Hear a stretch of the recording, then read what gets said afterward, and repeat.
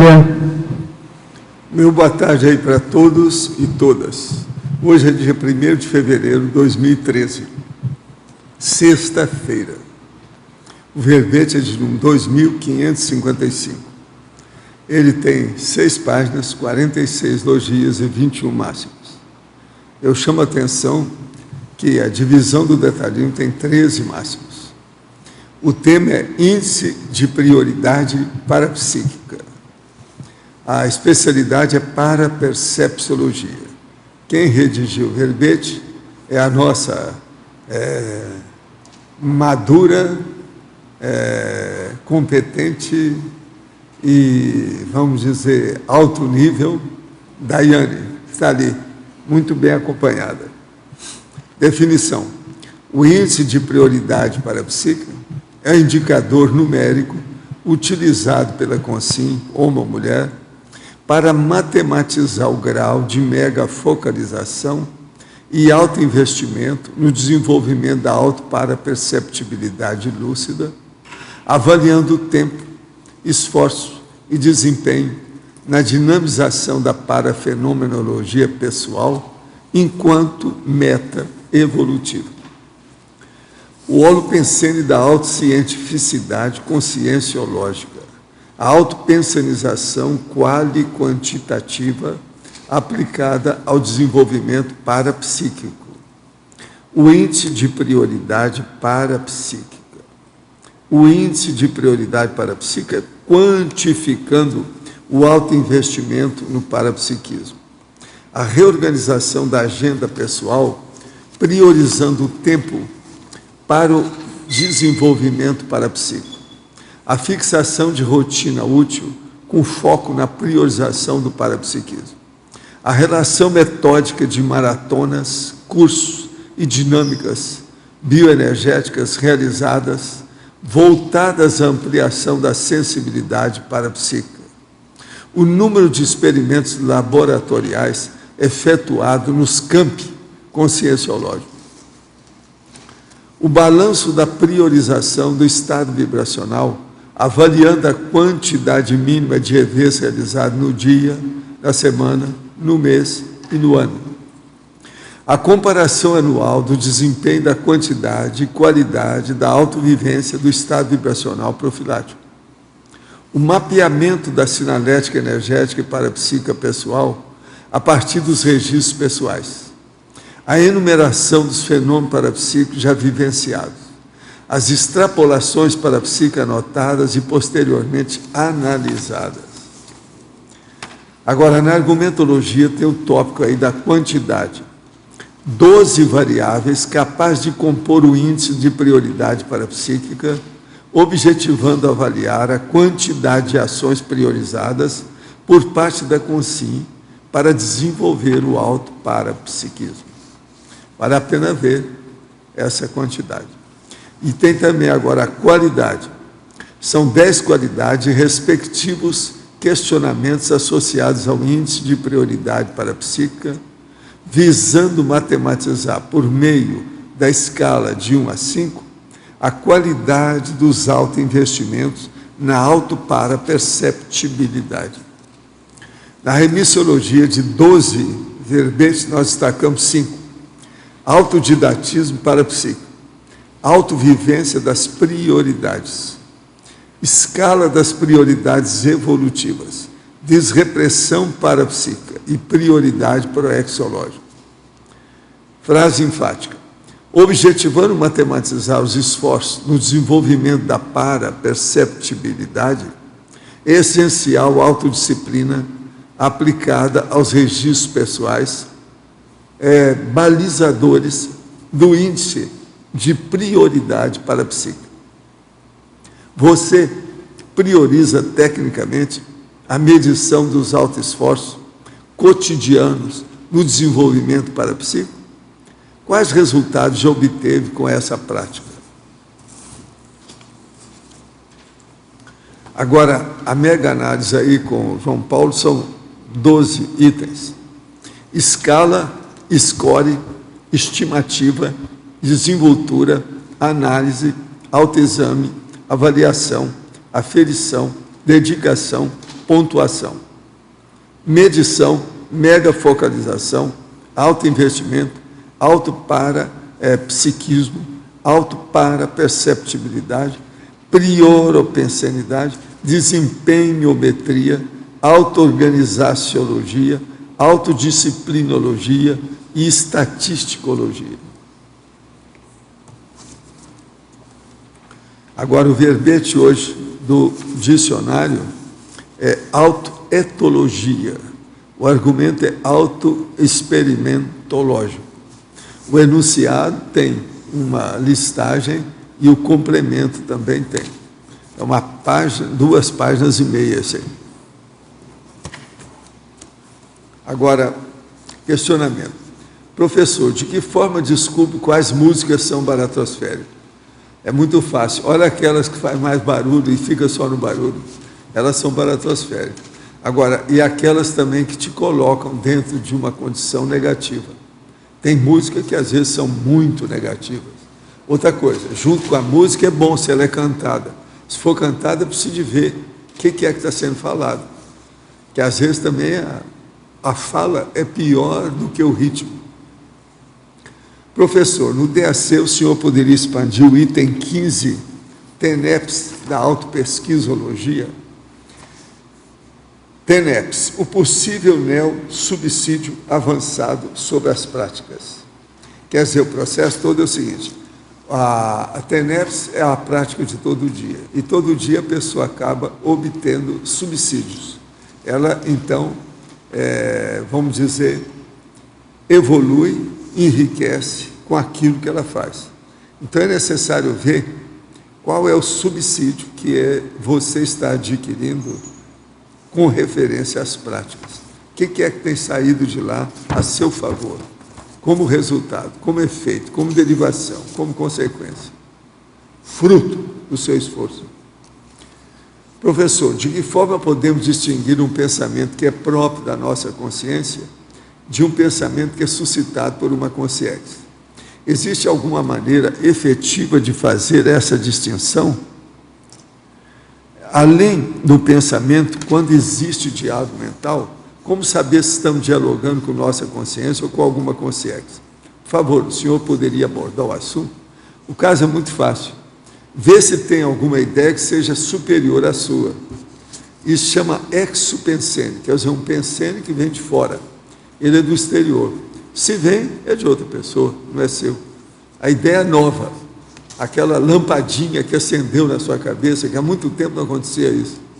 Então, isso pode ser a ideia nova do amparador. Professor, com relação aos fatos ocorridos em Santa Maria do Rio Grande do Sul, tem certas características que não são do mero acaso. Primeiro, o dia 27 de janeiro é Dia Internacional em memória das vítimas do Holocausto, dia em que os russos libertaram o campo de Auschwitz. 2. O material acústico colocado no forro da Boate Kiss, quando em combustão, libera gás cianídrico, que é o mesmo usado nas câmaras de gás nazista.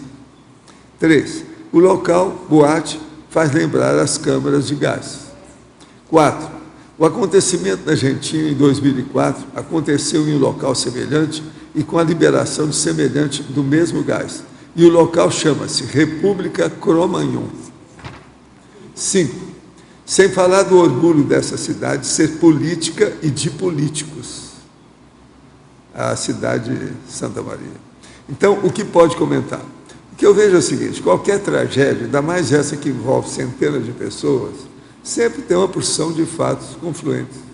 Agora, eu não sei que isso aí não está interferindo em nada, não. Há uma predisposição. Essa era uma tragédia mais do que anunciada, todo mundo está sabendo disso. Eu vi metendo o pau nessas casas noturnas fechadonas. No Rio, já na década de 60, eu tinha que fazer uma vistoria nessa situação, devido ao povo que eu recebia dos Estados Unidos, meus convidados lá, etc., e às vezes meus pacientes. Então eu visitei muitos processos de casa noturna. De vez em quando eu chamava um gerente e falava assim, não vou ficar aqui por causa disso. Algumas dessas depois se incendiaram, pegaram fogo, caiu o teto.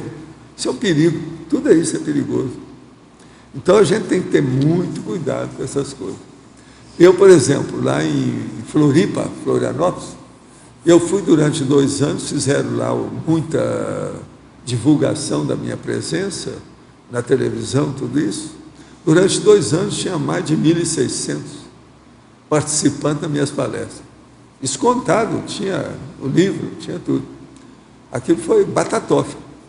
Agora, era num clube, que era o maior ambiente que havia em Florianópolis na ocasião. A última vez que eu fui lá, na hora que eu estava saindo, caiu uma luminária enorme, que poderia ter me matado. Agora, ela caiu assim, a 3 metros, uma ponta dela caiu a 3 metros de onde eu estava saindo. Eu falei assim, eu não volto mais aqui. Agora, lá um clube enorme, 1.600 pessoas, tinha giral, aqueles negócios todos. O maior ambiente que havia lá para aguentar 1.600 pessoas. Agora, ó, ficava assim. Eu falei 2 anos em seguida lá. Depois desse negócio de cair lá, eu nunca mais estive lá. Quando caiu a luminária.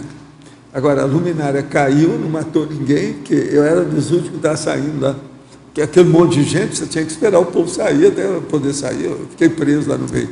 Quando eu fui saindo, pá, aquele negócio enorme. E a ponta dela, alguns metros da minha cabeça. Gente, eu quero dizer para vocês que hoje é o dia 1º de fevereiro, ontem acabou o mês de janeiro. Então, eles fizeram um comparativo sobre as mini tertúlias e a tertúlia essa da tarde, que é a mega tertúlia. Agora, o caso todo é o seguinte, são 31 dias, o total de pessoas que apareceram na mini tertúlia de manhã foi 2.383 pessoas. A média foi de 77 pessoas por dia. Agora, na max tertúlia, que é essa da tarde, foi 2.056 pessoas. A média foi de 66 pessoas. Agora, 23 dias, as mini tertúlias tiveram mais gente. 8 dias, a da tarde, estiveram com maior número de pessoas. Agora, essas da tarde, 4 delas é devido à mega euforização da quinta-feira. E outra coisa, a quinta-feira eu comecei a fazer, na quinta-feira, a mega euforização, que era o dia que não vinha ninguém. Hoje é o dia que vem mais gente, à tarde. Agora, já tem alguns anos que eu estou fazendo isso, né? Um monte de gente. Agora, o caso todo é o seguinte, isso foi um mês. O total de pessoas que nós falamos aqui nas 2 tipos de tertúlia foi 4.439 pessoas presentes. Fora essa turma de teletertuliano aí pelo online. São quase 5.000 pessoas no mês, tá certo? Fora aquilo que eu atendo lá embaixo, o povo que a gente atende fora, e etc, etc, etc, etc. Isso é o total de gente que nós temos atualmente aí. Agora, Arlindo, eu entrego aqui a nossa professora Daiane, tá certo? Daiana, na pensenologia, a penúltima e última linha é o óleo pensene da autocientificidade. Não, aliás, é só a última linha. Autopensenização qual e quantitativa aplicada ao desenvolvimento parapsíquico. Só aí. Então, a ideia de inserir esse item na pensenologia tem relação com os exemplos que eu apresentei ali na argumentologia, que vão falar da quantidade, no caso de ações que a pessoa pode priorizar para desenvolver o parapsiquismo, e depois, logo abaixo, as 10 qualidades, que iriam avaliar, no caso ali, a qualidade do autoinvestimento na priorização do parapsiquismo. Então, nesse sentido, quando a pessoa ela tem essa iniciativa de fazer essas avaliações, até certo ponto é avaliar o quanto de esforço da parte dela ela vem investindo, no caso aqui, no parapsiquismo, ela vai criando essa autopensenização, no sentido de avaliar tanto a quantidade como também a qualidade. Né? Porque a nossa tendência, às vezes, maior é se preocupar com a quantidade. Eu já fiz tantos cursos, eu já fiz tantas dinâmicas. Só que chega um momento que você, além da quantidade, você precisa olhar a qualidade. Né? Então, assim, então tá, já fiz 30 cursos. Então, o que eu ainda estou patinando dentro desses 30 cursos? O que ainda me pega? O que eu preciso melhorar? O que eu ainda estou negligente? Então, você sai da quantidade para partir para a qualidade. Então, é essa ideia que eu quis ressaltar aqui na pensenologia. E também aqui na página 15, o paradoxo, que é um só, né? O paradoxo da priorização quantitativa de atividades parapsíquicas não representar qualidade na agudização da autoparaperceptibilidade. Isso, então também é nessa linha de raciocínio. Então, às vezes, a gente vai conversar com a pessoa e aí ela vai falar, eu já fiz tantos cursos, já fiz tantas atividades, mas o meu parapsiquismo não desenvolve. O que eu faço? O que está acontecendo? Então, às vezes, a gente tem que olhar assim, qual que é o nível de aproveitamento, o que a pessoa está fazendo errado naquelas atividades que ela está priorizando. Então, assim, às vezes é a quantidade, o foco está na quantidade. Então, está faltando burilar detalhes nessas atividades que a pessoa participa. Né? Então, aí às vezes a gente vai olhar um pouco mais, aí a gente vai ver que a pessoa às vezes não anota nada. Então, ela fez ali a atividade parapsíquica e não anotou nada. Não tem nenhum registro. Ou às vezes ela tem até registro, mas aí também não voltou a consultar o seu registro. Então, assim, tem uma série de variáveis que vão interferir nessa agudização do parapsiquismo, que vão além da quantidade de atividades que a pessoa prioriza. Então, é essa linha de raciocínio também, Arlindo. Mas é quando ela prioriza só a quantidade e não a qualidade. Né? Exatamente. Então, o ideal é a gente conseguir conjugar as duas coisas, né? Considerar tanto a quantidade de ações que nós vamos priorizar para desenvolver o parapsiquismo e, ao mesmo tempo, fazer o acompanhamento, o monitoramento para melhorar cada vez mais a qualidade. Então, a conjugação dessas duas coisas promove, então, assim, além de outras variáveis, promove, então, isso que a gente chama dessa agudização do parapsiquismo. Então, obrigado.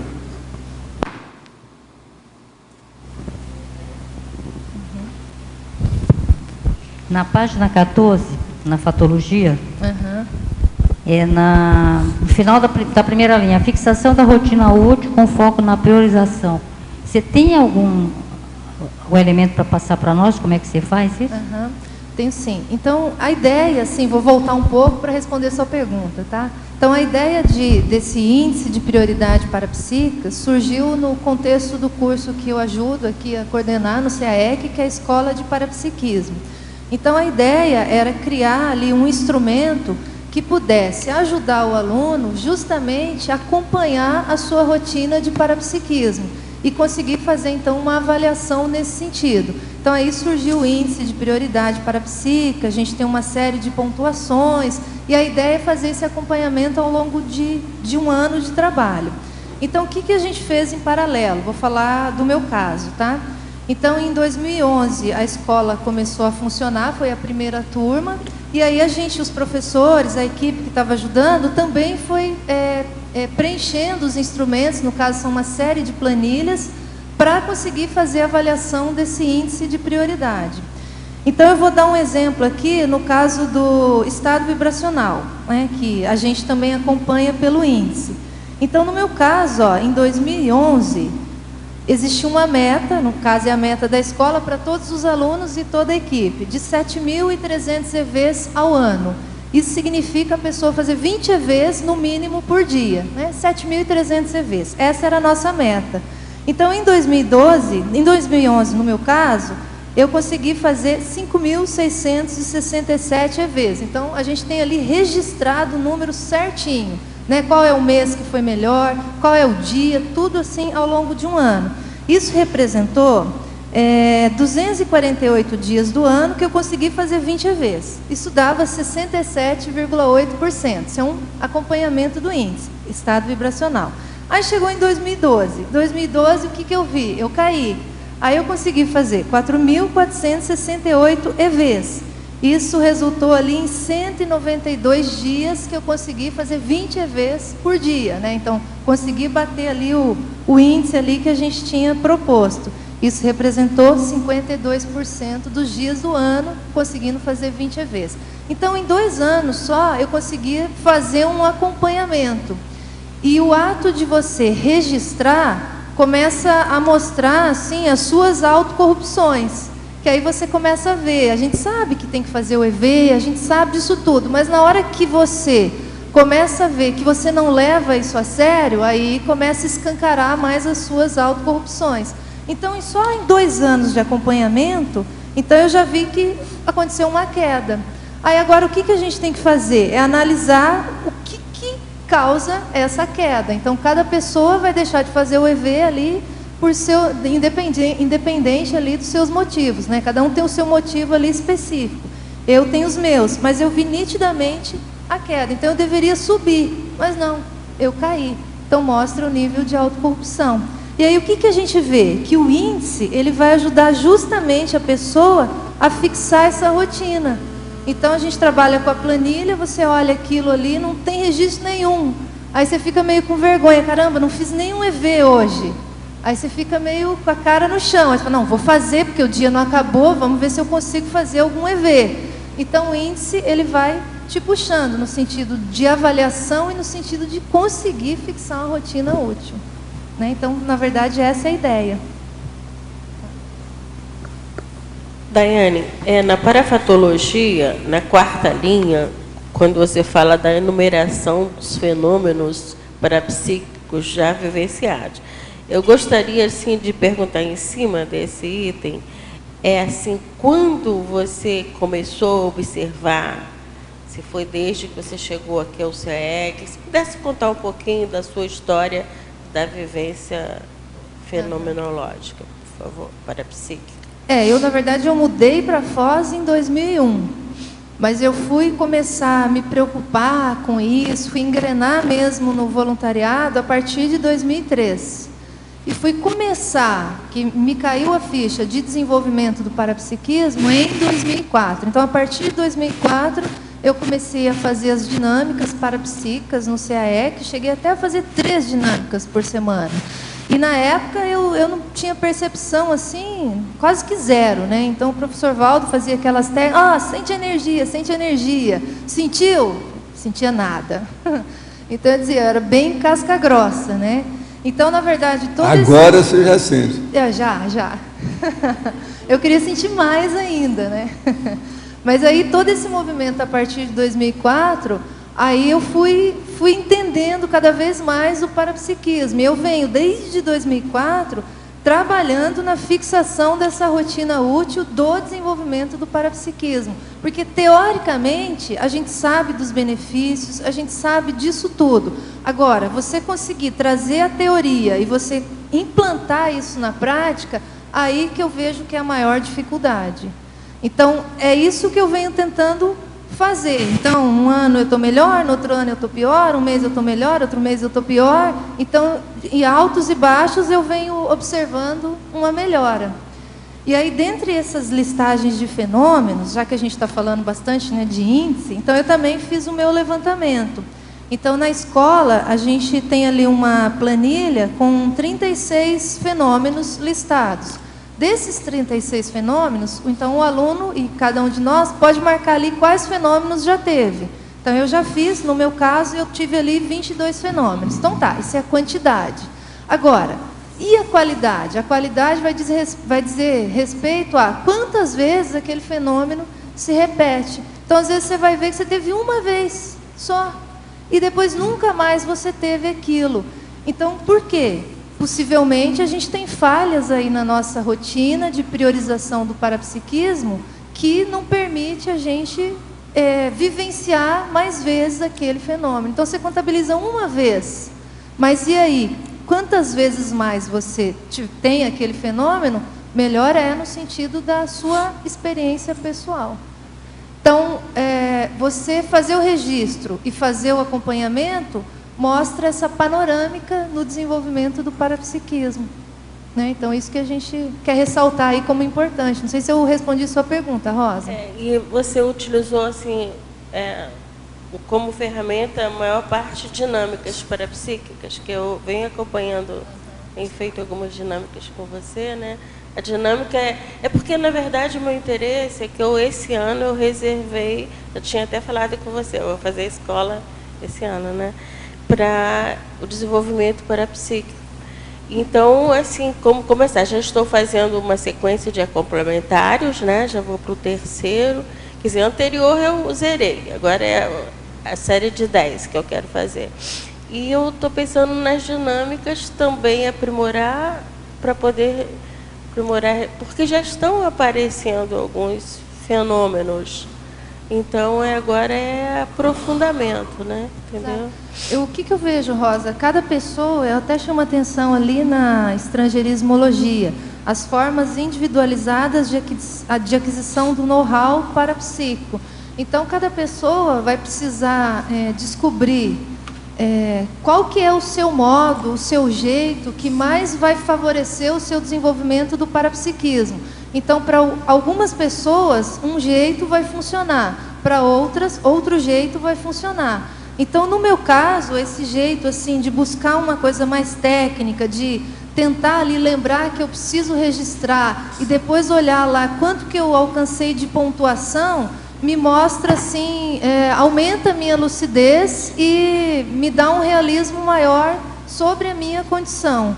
Então, isso tem me ajudado. Então, por exemplo, essa planilha aqui, ó, planilha do registro diário do estado vibracional. É uma planilha antiga que se usa no instituto, por exemplo. Eu uso isso aqui para anotar os meus EVs. Por quê? Porque na hora que eu olho isso aqui, cada dia, né, e às vezes eu olho lá, caramba, esse dia aqui eu só fiz 3, e o resto dos quadrados aqui todos em branco, então aquilo dá um choque, acende aquela luz, fala, opa, peraí, olha, eu estou furando aqui, então chama a minha atenção. Então esse é um instrumento que para mim funciona. Agora, às vezes para outra pessoa não vai funcionar. Então tem gente que usa aquele relógio que vibra. Eu tenho também o relógio que vibra. Então, o relógio que vibra para mim não funciona, porque às vezes eu estou fazendo um monte de coisa, o relógio vibra que eu nem senti. Então não funciona muito. Agora, o visual aqui, eu deixo a planilha sempre em cima da minha mesa, aquilo dá um choque, no meu caso, assim, fala, opa, olha o estado vibracional, e mesmo assim, às vezes eu furo, né? Então eu não consegui ainda nenhum ano em que eu possa dizer, todos os dias eu consegui fazer 20 EVs. E eu só sei disso porque eu tenho registro e tenho um acompanhamento. Então eu posso dizer. Agora, se eu não tivesse nem registrado, eu não ia nem saber, né? Então é nesse sentido, eu acho que a gente quer chamar a atenção. Como você tem assim uma vida bem dinâmica, dá aula e tudo, você faz o EV mesmo dando aula? Ou você reserva um momento só para... Eu faço em todos os momentos assim que eu lembro. Então, quando eu acordo e eu lembro de fazer o EV, eu faço o EV. Às vezes eu começo a dirigir ali, estou saindo de casa, eu não tenho trânsito ali até chegar no portão, aí eu faço o EV, né? Depois que eu cheguei lá que tem um trânsito maior, aí já não mexo com isso. Aí estou saindo da faculdade, indo para a sala de aula, quando eu lembro, tá? Não posso dizer que eu lembro o tempo todo, aí eu faço o EV. Às vezes eu paro um pouco, vou assistir um pouco de TV, vou comer e eu lembro de fazer o EV, faço o EV. Então eu procuro associar com as atividades. Todo momento que eu lembro, eu procuro fazer. Agora, quando eu lembro mais? Quando eu vou lá para o meu escritório e olho a minha planilha. A minha planilha está vazia. Aí eu falo, opa, peraí. Que é o jeito da pessoa, minha planilha está vazia, peraí, vamos fazer o EV. Aí eu vou fazendo esse tipo de associação. Então é uma forma que eu encontrei para conseguir preencher. E assim, eu acho que um dia eu vou conseguir olhar para essa planilha no final de um mês, eu já tentei, sabe? Então esse mês eu vou conseguir fazer 20 EVs todo dia. Vou conseguir. Aí eu tô indo, chegar lá no 15º dia, eu falhei. Ai, caramba, furou o mês todo. Aí começa tudo de novo. Então eu tenho aquela meta. Não, esse mês eu vou conseguir fazer um mês todo de 20 EVs por dia. Esse mês eu vou conseguir. Aí às vezes chega no final do mês, eu olho ali minha planilha, aí eu vejo os furos. Mas isso me dá um realismo, né? Então eu não estou desistindo disso, porque é muito fácil a gente desistir, né? Então eu estou fazendo investimento para que essa rotina, pelo menos do estado vibracional, ela se fixe, né? Então a repetição ajuda nesse sentido. Obrigada. O que seria a técnica do holorgasmo? Quais os pré-requisitos e depois de quanto tempo o casal consegue aplicá-la? Olha, isso aí você precisa de ver, que tem tudo escrito já, tem nos meus livros. Nos 700, né? É só olhar. Tem tudo lá escrito o que é. A pessoa tem que ver com calma. Venho assistindo diariamente de 2 a 3 tertúlias por dia, 4 a 6 horas, através do computador, no meu quarto e dormir. Sinto que a cada dia o campo energético vem otimizando várias atividades. Esse campo pode facilitar projeções para o tertuliário? Pode, por causa do processo da afinidade e a evocação. Afinidade e evocação. Poderia atrair alguma consciência da interlúdio para ajudar na escrita de verbetes que estou desenvolvendo? Pode, através da vontade, da afinidade, da empatia, da evocação. De que forma os alunos da interlúdio se relacionam com os verbetógrafos e neoverbetógrafos? Pela empatia, evocação, tudo que eu falei, você repete de novo. Tem recebido visitas de consciências mais lúcidas e com um padrão mais alto de assistência. Poderia comentar? Isso é devido à empatia, afinidade e evocação. Vamos em frente. Tem certas coisas que é bom a gente repetir, né, para ver se cala, né, para ver se fixa. Tudo é um processo didático, da repetição. Eu chamo isso de bate-pensenologia. É a técnica. Daiane. Página 15, você pode comentar o paradoxo? O paradoxo? Tá bom, vamos falar aqui de novo. Então, o paradoxo da priorização quantitativa de atividades parapsíquicas não representar qualidade na agudização da autoparaperceptibilidade. Então, é aquela ideia de você só olhar ali a quantidade de ações que você faz em relação ao desenvolvimento do parapsiquismo, elas não serem, então, suficientes para você conseguir agudizar o parapsiquismo, ou seja, alavancar o parapsiquismo. Então, além de olhar a quantidade, a pessoa também precisa estar atenta à qualidade, né? E aí a qualidade, muitas vezes a gente vai chegar por essas ações básicas que a gente está propondo aqui no verbete, são 10 exemplos. Então, eu vou olhar ali, como, por exemplo, o item 7, a habitualidade. Como se classifica você quanto à análise dos efeitos da repetição sadia da realização de laboratórios conscienciológicos? Então, a pessoa, às vezes, vai olhar lá, ela já fez 100 laboratórios conscienciológicos. Beleza, então ela tem quantidade, tá ótimo nesse sentido, quantidade. Mas em relação à qualidade, então, qual que é a análise dos efeitos da repetição sadia? Então, qual que é o nível de aproveitamento nesse sentido? A pessoa já sabe, por exemplo, qual que é o laboratório que dá mais efeito para ela? Então, isso a gente sai da quantidade e vai partindo para uma análise de qualidade, né? Então, é aquela história, por exemplo, no meu caso pessoal, eu fiz um levantamento de dinâmicas parapsíquicas que eu participei. A minha estimativa chega perto ali de 400 dinâmicas. Então, você vai olhar, se você for contar, às vezes você dá até mais que eu, Neida. Então, assim, você vai olhar, caramba, é uma quantidade grande de dinâmicas parapsíquicas que você participou. Mas aí chega um ponto que aí eu fui olhar, assim, a qualidade dos meus registros. Aí eu vi que eu estava tendo muitos furos em relação à qualidade do registro. Então, tinha dinâmica que eu nem marcava a data. Aí eu falei, ixi, que negligência, né? Não marquei nem o dia que eu fui na dinâmica. E aí teve dinâmica que eu nem anotei nada, entendeu? Então isso mostra, você tem quantidade, mas você está furando ali na qualidade. Então, assim, qual que é o aproveitamento daquelas atividades que você tem se dedicado? Então, por isso, chamar a atenção para as duas coisas, né? Obrigada. Daiane. Na página 15, em efeitologia, o último efeito, você colocou os efeitos da priorização do parapsiquismo entre duplistas. Você pode aprofundar como você conseguiu aproveitar a situação da própria dupla para aprofundar o parapsiquismo? Então, quando eu e o João Paulo, né, começamos a formar, constituir nossa dupla evolutiva, teve um período aí no início que a gente fez bastante práticas energéticas. Então, ele fazia arco voltaico em mim, eu fazia arco voltaico nele, aí a gente mexia nos chakras, aí eu trabalhava com os chakras dele, vice-versa, aí eu falava assim, então vamos ver se você vai saber qual chakra eu estou mexendo, e ele vice-versa. Então, a gente dedicou um tempo, assim, principalmente no início do nosso relacionamento, para mexer um pouco mais com as energias.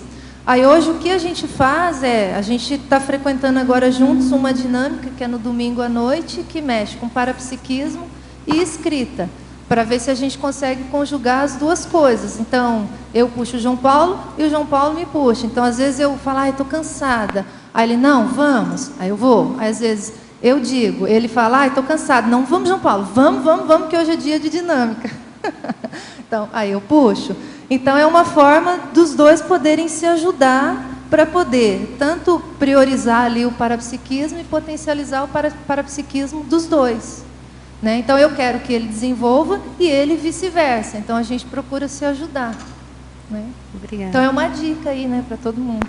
Daiane, ainda que em efeitologia, na quarta linha, de baixo para cima, os efeitos comparativos reeducadores do índice de prioridade parapsíquica aplicada a grupos de alunos. Você poderia falar sobre a sua experiência nesse aspecto? Sim. Então, essa é uma experiência que a gente trabalha bastante lá na escola de parapsiquismo. Porque o que é? A gente procura estimular o aluno a preencher as planilhas para ele conseguir calcular ali o seu índice de priorização parapsíquica. E aí, a cada período, a cada encontro, são 3 encontros, o aluno ele faz a apresentação de qual a pontuação que ele atingiu no índice. Se foi uma pontuação média, uma pontuação insuficiente ou uma pontuação ótima. Então, tem aquele aluno que às vezes ele consegue fazer as atividades direitinho e ele vai e faz a apresentação da sua pontuação. Olha, eu consegui fazer 20 EVs durante tantos dias, fiz tantos laboratórios, tantos cursos acoplamentar, e vai apresentando ali o seu índice de pontuação e o que ele melhorou nesse sentido. Então, esse exemplo ele é muito forte para os demais alunos. Então, o que acontece daquele aluno que não fez nada, nem quis nem preencher nenhuma planilha para chegar num valor de um índice de priorização, ele chegar na apresentação e falar assim, bom, eu não fui igual o meu colega tão bem, eu não priorizei tão bem fazer o registro. Então, a pessoa ela fica com vergonha dessa situação. Então, você vê um exemplo positivo que vai arrastando a outra pessoa que às vezes não priorizou aquela mesma cientificidade no registro, na análise e no acompanhamento do seu investimento no desenvolvimento do parapsiquismo. Então, essa que é a ideia. Daiane. Oi, você vai continuar? Pode falar, Rafael. Aqui na fatologia, na página 14, na 6ª linha de baixo para cima, você fala: a quantificação da autopriorização paraperceptiva por meio do inventário das atividades parapsíquicas realizadas. Né? É mais ou menos o que você já está comentando aí, mas você pode detalhar um pouco mais? Isso, é isso mesmo. É a pessoa ter aquele cuidado, sabe, Rafael, de fazer ali um inventário mesmo daquilo que ela já participou em matéria de atividades voltadas ao parapsiquismo e fazer uma análise nesse sentido. Porque às vezes a gente ouve muito, eu queria desenvolver o parapsiquismo. Então a pessoa diz, eu queria desenvolver o parapsiquismo. Mas aí a gente vai perguntar, mas o que é que você está fazendo para você de fato conseguir desenvolver o parapsiquismo? Qual que é o seu esforço nesse sentido? Então às vezes a pessoa ela não tem muito esforço, mas ela nem sabe que ela não tem. Então, você fazer esse inventário, ele te mostra mais a sua realidade, o quanto que de fato você investe nisso, qual que é o tempo, qual que é o tipo de atividade, qual que é o nível de aproveitamento. Né? Então, a ideia é poder ressaltar essa condição, né? No sentido, sim, da pessoa avaliar o esforço mesmo que ela se dedica, no caso aqui, o foco, né, para o desenvolvimento do parapsiquismo. Ok. Daiane, oi. Pode falar. Nessa avaliação qualitativa, que está na página 17, por exemplo, o número 1, que é da amparabilidade, você já determinou algum parâmetro de comparação qualitativa para ver como é que você está desenvolvendo na sua afinidade com o amparador de TENEPS? Qual seria, ou quais seriam, né? Que tipo de parâmetro é esse? Eu tenho dificuldade de ver isso. Aqui na condição da TENEPS, Rosa, eu penso assim, eu vou me colocar numa condição ainda jejuna, ainda em aprendizagem, tá? Então, eu penso que esse entrosamento, essa afinização assim, do amparador, ela pode ser medida a partir do momento que você consegue, em cada técnica diária ali da TENEPS, você perceber, pelo menos, que o amparador ali está presente. Então, se você vai ali para a técnica da TENEPS e assim, fez ali, mas você nem se atenta se o amparador está ali, já mostra que a afinidade está baixa. Mas isso não seria quantitativo? Isso já é um parâmetro, poderia ser quali no sentido da afinidade. Você pode juntar as duas coisas. Quantas vezes durante a semana você conseguiu perceber que o amparador estava ali atuando junto com você? Você está contando, mas ao mesmo tempo você consegue ter uma avaliação de qualidade, porque é a afinidade. E aí você vai olhando outras variáveis, penso eu, né? Por exemplo, você já consegue ter monólogo psicofônico ali? Então já mostra uma afinidade maior. Entendi. Então o amparador já aparece para você ali na TENEPS, já mostra um grau de afinidade maior. Então você vai elencando variáveis ali. É a complexificação dos fenômenos. Né? Exato, então, que vão mostrando esse grau de afinização. Entendi, é a complexificação dos fenômenos. Que vão Exatamente, mas não acho que seja tão simples, não. Por isso que para mim, ainda no meu nível evolutivo, ainda é mais fácil trabalhar com a quantidade. Tanto que a qualidade foi mais difícil fazer. Né? Então, a quantidade ainda é mais palpável. Mas a gente sabe que a gente parte da quantidade para a qualidade. As duas coisas são meio inseparáveis até certo ponto, né? Até certo ponto, exatamente, até certo ponto você entra até naquele item da pensenidade ali, né? Quali quantitativo. Até certo ponto, ainda, principalmente no parapsiquismo. Né? Exatamente. Tá, obrigada, Daiane. Eu ia fazer a mesma pergunta que você fez. Peguei o microfone para fazer. Professor, hoje de manhã, na minha tertúlia, o senhor falou sobre a condição intermediária entre o processo extra e intrafísico, que tinha uma espécie de gradação no nível de concretude da matéria. Né? Eu queria saber assim, como a gente pode fazer uma metria para ver a nossa condição em relação à percepção dessa gradação. É a hora que você vê o que é material. Por exemplo, você está olhando para mim, olha a minha cara, a minha careca. Então você vê o brilho da minha careca, isso é a parte material.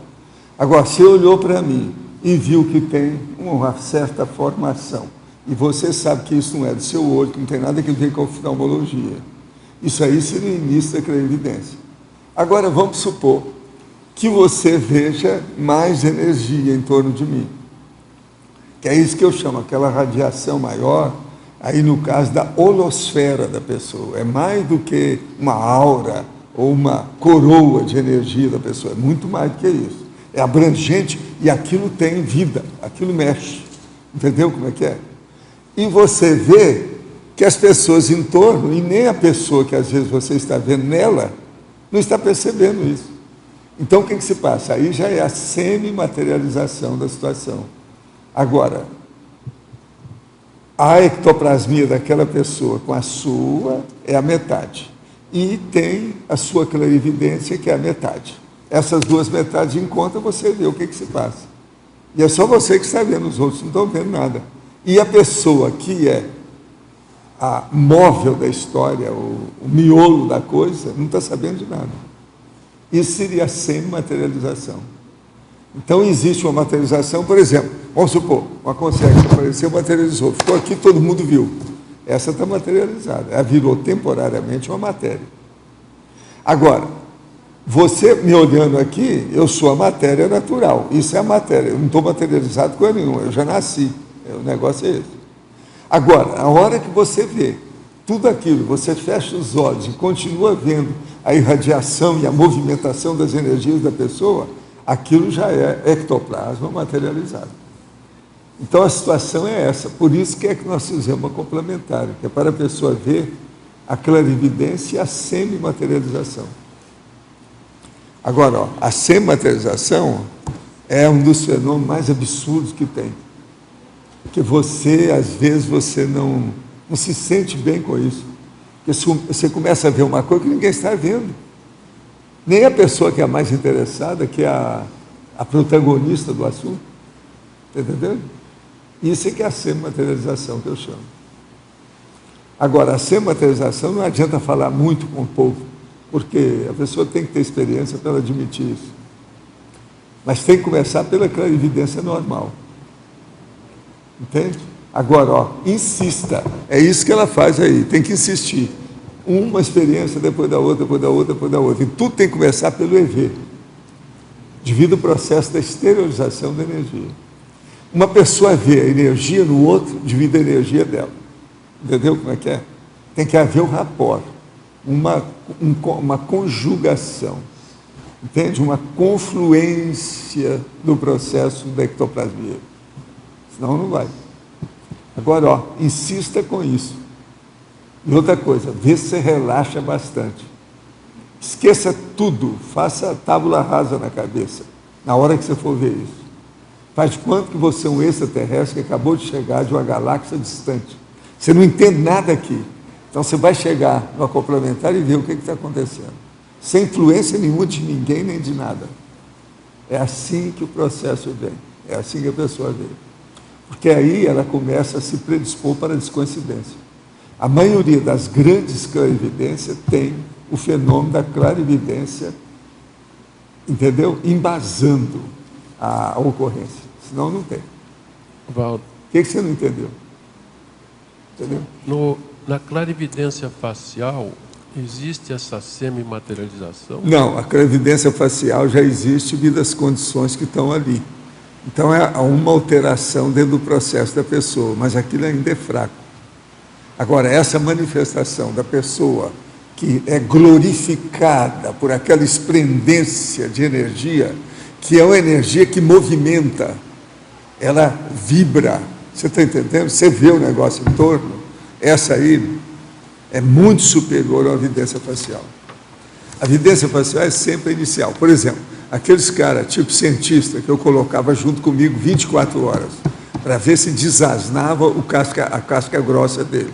A hora que eu desbastava a casca grossa, eu sentava o cara na minha frente, vinha as consciências, o enumerador, o tal mal, e começava a jogar energia nele.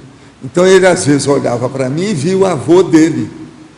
E às vezes o avô dele estava falando uma coisa que ele, pela linguagem facial, ele entendia o que o avô estava falando. Pronto, era um desbronco. O cara aí me dava um trabalho danado.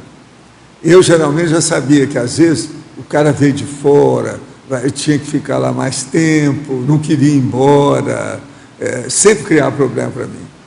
Chegou no certo ponto que eu resolvi não fazer isso mais por causa disso. Dá muito problema.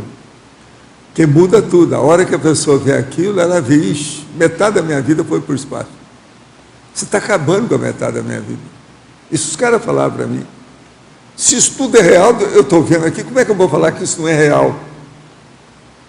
Tinha cara que chegou para mim e falou assim, Valdo, arranja uma desculpa para mim, para eu poder esquecer o que aconteceu aqui. Quer dizer, esse me deu vontade de dar um tapa na cara dele, mas não dei. Eu agi com calma. Aí eu coloquei ele no lugar com calma. Entendeu? Pessoal, agora então, isso aí mostra que é isso que você está precisando. Você vai ter cada vez mais isso aí.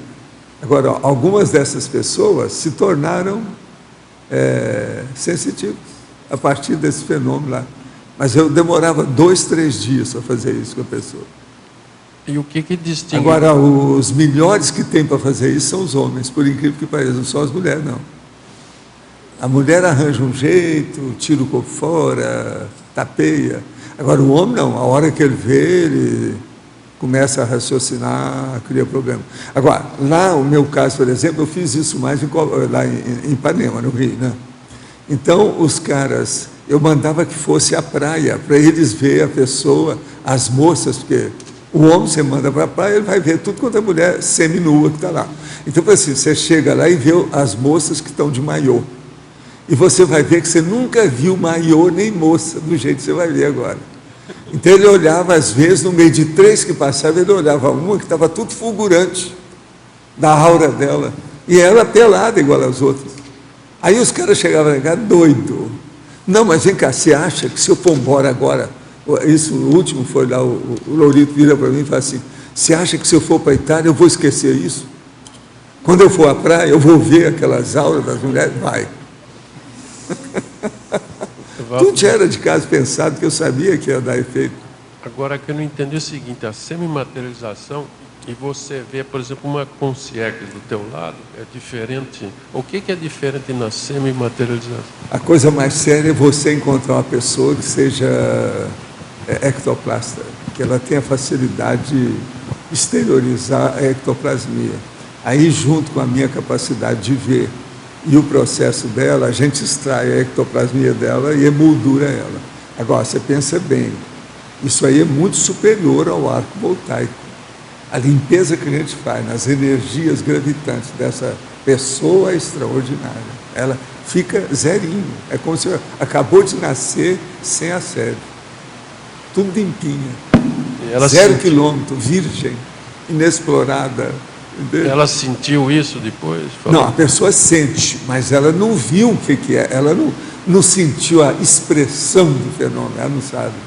E o povo que está perto, tudo juntinho aí dela, ó, não vê nada. A maioria é assim. A gente não pode esperar que você vai ter espectador, porque não vai.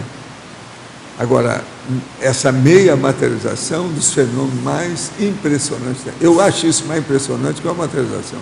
Porque a materialização chegou, a pessoa até vai arranjar, não, isso aí é alguém que está aí atrás, qualquer coisa.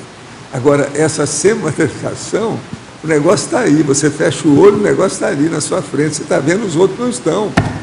Você não é doido, você vira a cara para cá, e olha, você está vendo. Se tornou a virar, você está vendo. Então, como é que faz? É um tapa na cara a meia materialização. Só a última coisa, a mulher de Nova York, lá que apareceu, era materialização. Aquela era, porque ela sumiu na hora. O negócio não foi por causa da aparição dela, porque eu não vi, né? Ela me chamou, eu estava de costas, a hora que ela me chamou. Ela assim, ô doutor, me chamando desse jeito, ô doutor, por favor, doctor, please, entende? Falando inglês, tudo. Mas a hora que eu virei alguns segundos, quando eu olhei a dona desapareceu, agora desapareceu num lugar que não tinha jeito de esconder. Aonde tinha parede, estava a muitos metros de distância. Mesmo que ela tivesse corrido, eu teria visto. Professor Valdo, e o barulho? Ela está de sapato. Na materialização, o outro vê também. Por exemplo, se tivesse alguém com o senhor, esse alguém teria visto essa senhora lá no metrô também? Não, o que aconteceu ontem comigo, tinha duas pessoas junto a pessoa, não viu nada. Nem a pessoa também sentiu. Eu achava que a materialização... Ela sentiu bem, mas não viu o que era. Agora, a materialização, a semimaterialização, é a energia da parapsicosfera, do holossoma da pessoa. Não, eu estou falando da materialização. O que tem? Porque a semimaterialização... Não, a materialização, ela sai da pessoa, ela vem de fora. Não, eu sei, mas assim, se tivesse uma outra pessoa que o senhor, com assim, ela também teria visto a pessoa materializada? Materialização, todo mundo tem que ver. Todo mundo tem que ver. Aí é que é a diferença. Tá. A semi, não. A semi, não. A semi é só a metade que está ali. Então, para a verbetógrafa, professora, quando a senhora se refere ao EV diário, na sua prática, o processo é quando o corpo é recoberto com um manto de energia e depois exterioriza, ou quando um círculo de luz percorre o corpo de cima para baixo e vice-versa? Ele é feito deitado ou em pé? Poderia falar um pouco mais sobre o aspecto da sua prática diária? Eu considero a instalação do estado vibracional quando eu consigo perceber bem a vibração das energias tomando conta de todo o corpo e pegando todo o energossoma. Aí eu considero ali que eu consegui instalar o estado vibracional. E aí eu consigo perceber que vai ocorrendo mesmo desassimilações.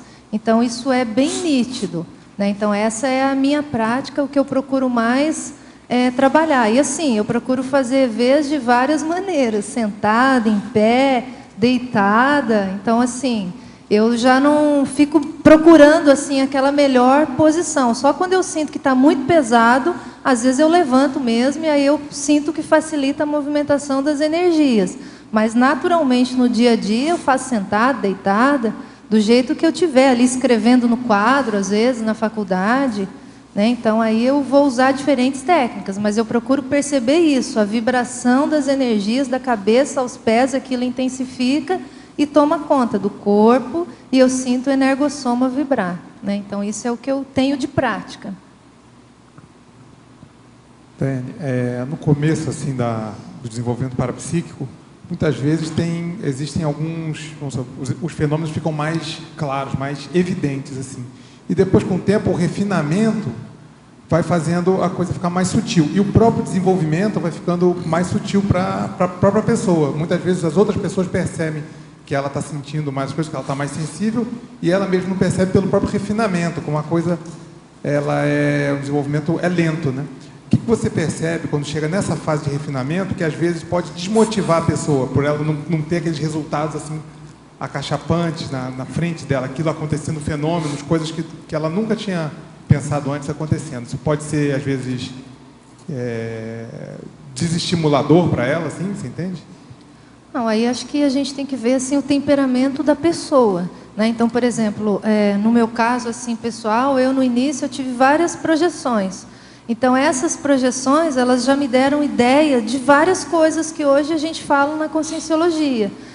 Aí, o que acontece? Depois disso, os fenômenos parapsíquicos que eu tive, eu vejo até certo ponto, muitos deles como um tipo de extrapolação.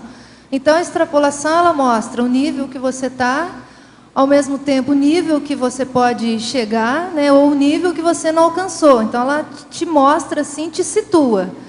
E, às vezes, a pessoa ela não pode desanimar, porque ela não vai ter, muitas vezes, aquela extrapolação o tempo inteiro. Aí vai depender do esforço que a pessoa vai demandar, né, que a gente vai demandar, o investimento que a gente vai fazer para conseguir tornar aquela extrapolação um fenômeno, então, no caso, diário, você poder dominar. Então, eu vejo que aí o temperamento da pessoa, ele acaba sendo, assim, muito... No caso, assim, ele acaba influenciando muito. Porque tem aquele temperamento da pessoa mais persistente. Ela teve a extrapolação uma vez e ela vai trabalhar para ela ter aquilo de novo. E tem às vezes, aquele outro tipo de temperamento que a pessoa teve uma vez, tá bom, já tive fenômeno mesmo, e fica por isso mesmo, e não vai mais atrás. Então, o temperamento da pessoa influencia no desenvolvimento do parapsiquismo. E outra coisa, se a pessoa ela começa a colocar o foco aí na interassistencialidade, que é o que a gente fala bastante, a gente começa a ver que a gente fica limitado. Então, você vai fazer a avaliação de uma pessoa. Já não é mais só aquilo que você vê visualmente. Já tem outros fatores. Então, aí você começa a ver que você fica tão limitado que aí você precisa se esforçar mais para você ampliar o seu nível de parapercepção para você ficar mais eficaz. Então, aí é a intenção da pessoa de melhorar a sua assistência, é o temperamento, a vontade da pessoa. Então, é um conjunto de variáveis. Então, eu vejo desse modo, João Paulo.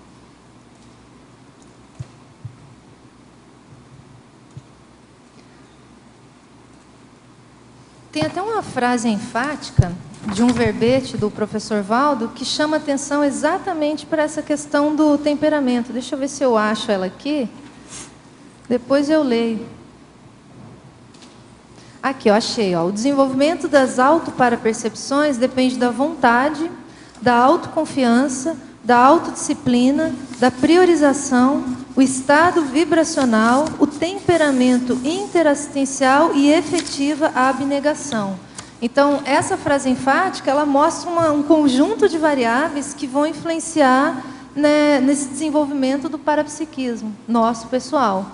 Então, se fosse só a vontade, só a autodisciplina, mas não é só isso, é um conjunto de variáveis, né? E, na verdade, a gente vai desenvolvendo trafores à medida que a gente vai investindo também no desenvolvimento dessas autoparapercepções. Em Parafatologia, página 14, quinta linha, gostaria que relatasse e exemplificasse as extrapolações parapsíquicas anotadas e posteriormente analisadas. O que eu vou dar um exemplo aqui, tá? Então, eu tenho uma extrapolação assim de um EV que eu considero o EV número 5. Né? Então, se você pega ali a avaliação de 1 a 5, né, a nota do EV, eu consegui ter um assim no momento que eu estava assim estava começando a dormir, aí percebi aquela vibração máxima do estado vibracional, aquele estado vibracional me tirou do corpo, eu percebia nitidamente, eu tive um fenômeno de heteroscopia. Então, assim, fui uma vez só. Então, uma vez só que eu digo, foi meu EV número 5 e consegui chegar num fenômeno de heteroscopia. Depois disso, eu não tive mais, mas aquilo já me deu o referencial do que uma dinamização de energias pode fazer com a pessoa. Então, acho que esse é um exemplo aí. Em Interaciologia, página 15, primeira linha, por favor. Relate a interação, medição da autopriorização parapsíquica e extrapolações parafenomênicas. Tá em que linha? Terceira? Página 15, primeira linha. Interaciologia.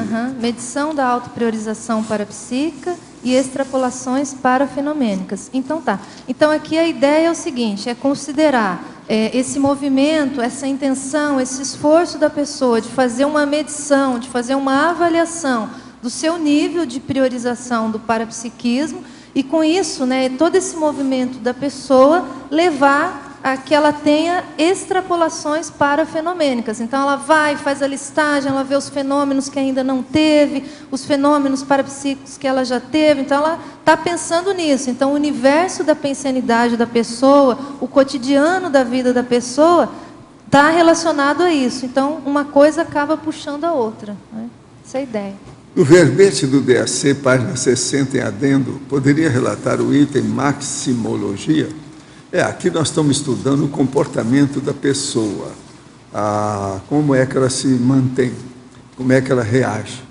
Então eu falo aqui que vale, no fim da história, vale fazer a pergunta máxima sobre as pesquisas ou indagação final que não quer calar. Seriam estas, de fato, as melhores perguntas a serem formuladas por você se aparecer um serenão na sua frente? A resposta final deixo para a reflexão do leitor ou da leitora. Como se observa, procura evidenciar nesse léxico as inter-relações, integrações inevitáveis entre o círculo social pessoal ou extrafísico, intrafísico, e o círculo parasocial pessoal ou extrafísico, a fim de se evitar a compartimentação inconveniente das vidas, com 4 veículos e 2 veículos e manifestações, próprias de quem ainda não tem a vivência da inteligência evolutiva. Então, o que a gente quer dizer aqui é o seguinte: a pessoa tem que lembrar que ela, como ser humano, ela tem 4 veículos de manifestação. E, se aparecer uma consciência, seja um serenão ou não, mas na sua frente, ele tem apenas 2 veículos de manifestação. Agora, então, veja, ele tem lá um círculo parasocial dos amigos dele, e você tem um círculo social aqui.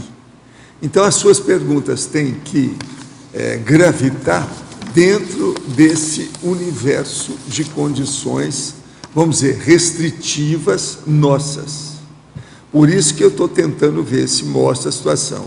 Uma abordagem coletiva é diferente da abordagem pessoal. Agora, o processo nosso é saber o que é que interessa nesse caso.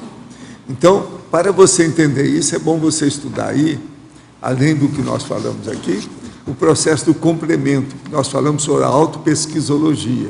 E eu demonstro aqui, através de uma listagem, 16 realidades exponenciais para a pessoa estudar o processo. Então, eu digo o seguinte: a partir do que foi exposto antes, poderia enumerar pessoalmente, como exemplo de Consim Cobaia, autopesquisas de ponta clássicas atuais, na ordem alfanumérica, quanto às autocondutas ideais cosmoéticas modelares do serenão, perante 16 realidades exponenciais para mim nesse momento. Então, aqui eu coloco autocosmoética, autofiex, centrais extrafísica, curso intermissiva, dragona parapsíquica, enfim, aí eu estou falando tudo como derivação do processo lá daquele memorando. Agora, seria bom você ler o verbete inteiro, os 7 parágrafos que tem aí, para a pessoa entender isso bem lá no fim. Se você já entendeu os 6 parágrafos anteriores, você ia entender esse que eu acabei de falar. Agora, eu devolvo aí a nossa professora Daiane para vocês. Professor, só mais uma pergunta no DAC. Sim. Você pode aprofundar um pouco em autopesquisologia, o número 9, o macrosoma? Número 9, macrosoma. As peculiaridades fundamentais dos casos mais encontradiços. Então, se você quer estudar o que é o macrosoma, você vai ver o que nós já escrevemos a respeito disso. Por exemplo, os tipos de macrosoma que tem, por que acontece o macrosoma, por que ele ocorre. Ele incide e vem a vida da qual tipo de pessoa. Por quê? Ele sempre tem um objetivo, que é o objetivo de interassistencialidade. Aquilo é para aperfeiçoar alguma coisa que vai ajudar a pessoa a desempenhar a assistência que ela vai fazer à humanidade. Então é para isso que existe. Ninguém vai receber um macrosoma apenas por egoísmo ou uma satisfação pessoal ou alguma coisa unicamente individual dele. Sempre para desdobrar e entregar e fazer concessão aos outros. E outra coisa, você tem que agora começar a examinar quando é que aparece o macrosoma. Então, os tipos que tem. Tem macrosoma, por exemplo, que é para melhorar a genética da família. Tem outro que é para melhorar a paragenética de quem ressomou. E por aí vai, tem vários tipos disso aí. Uma outra coisa também, tem um macrosoma que às vezes é para uma finalidade pequena. Outro já é para uma finalidade grandiosa, séria, de assistência aos outros. Então, tudo você tem que começar a examinar. Macrosoma, macrosomatologia, é um dos assuntos mais complexos da conscienciologia. E tem que fazer muita pesquisa para a pessoa ver. Agora, começa a analisar. Você, por exemplo, que é uma moça, você tem que começar a examinar aquele negócio que eu falo. A primeira coisa que eu falo para a moça é o seguinte: você tem irmãs? Você tem tias? Como é que é? Então, examina se você tem alguma particularidade genética que seja superior a essas pessoas. Ou se alguma das suas irmãs tem uma particularidade que você está procurando, que ela tem e você não tem. Então, comece a examinar. Uma das coisas mais sérias que tem é o seguinte, é ver o turgor da pessoa. Turgor é o problema aqui, ó, de estar com a musculatura mais forte ou não. Então, você mexeu na pessoa. Se ela está toda flácida, ela não tem turgor. Então, por exemplo, existe a genética, a biologia, tem família que às vezes nasce que todo mundo é flácido. No entanto, tem uma moça que não é. Isso já começa a pensar que é sério. Isso aí pode ser uma questão. O turgor, então, consistente, sem flacidez, sendo que as irmãs dela, as tias dela, todo mundo é flácido lá. Entende? Então, como é que fica? É aquele negócio de falar que o traseiro é mole. Se ela tem o traseiro duro, ela não precisa nem de sambar, não precisa de ir para a escola de samba. Ela já nasceu com o traseiro duro. Aguenta qualquer cadeira. Questão também relacionada à doença, por exemplo, numa casa todo mundo ficou doente, menos uma determinada pessoa. Pois é, agora preciso saber, por exemplo, tem aquela pessoa que está com 27 anos, nunca precisou de médico. Na casa dela, ela tem 3 irmãs que toda hora estão no hospital. Faz você desconfiar, né? Precisa examinar essa pessoa, que não tem. Então, são condições assim, isso aí que chama de diagnóstico por tabela, diferencial, está entendendo? É o diagnóstico por extremidade, é o antipódico, ele mostra o antagonismo das coisas, entende? É o contrário. Então, esse tipo de diagnóstico, às vezes, ele é 100%, depende do que é. Agora, ó, o que é interessante a gente pensar é o seguinte, que quando tem muitas irmãs, geralmente não é todo mundo que tem macrosoma. Isso é minha experiência, que eu já vi dezenas de casos. Faz mais de meio século que eu estou estudando isso. E a medicina não sabe nada disso. Ninguém sabe nada disso. É necessário estudar parabiologia para nós chegarmos nessa conclusão. Como não se estuda, não existe parabiologia nos cursos, nem de medicina, nem da área da saúde, nem nada, não tem. Então, ninguém sabe nada sobre macrosoma. É um assunto nosso, cativo, especial. Tem um cara que virou para mim e falou assim: Valdo, você, para falar sobre macrosoma, você devia de cobrar, porque isso não tem impacto nenhum. É bem inédito, bem original, devia de cobrar mais. Entendeu? Você entendeu mais ou menos alguma coisa.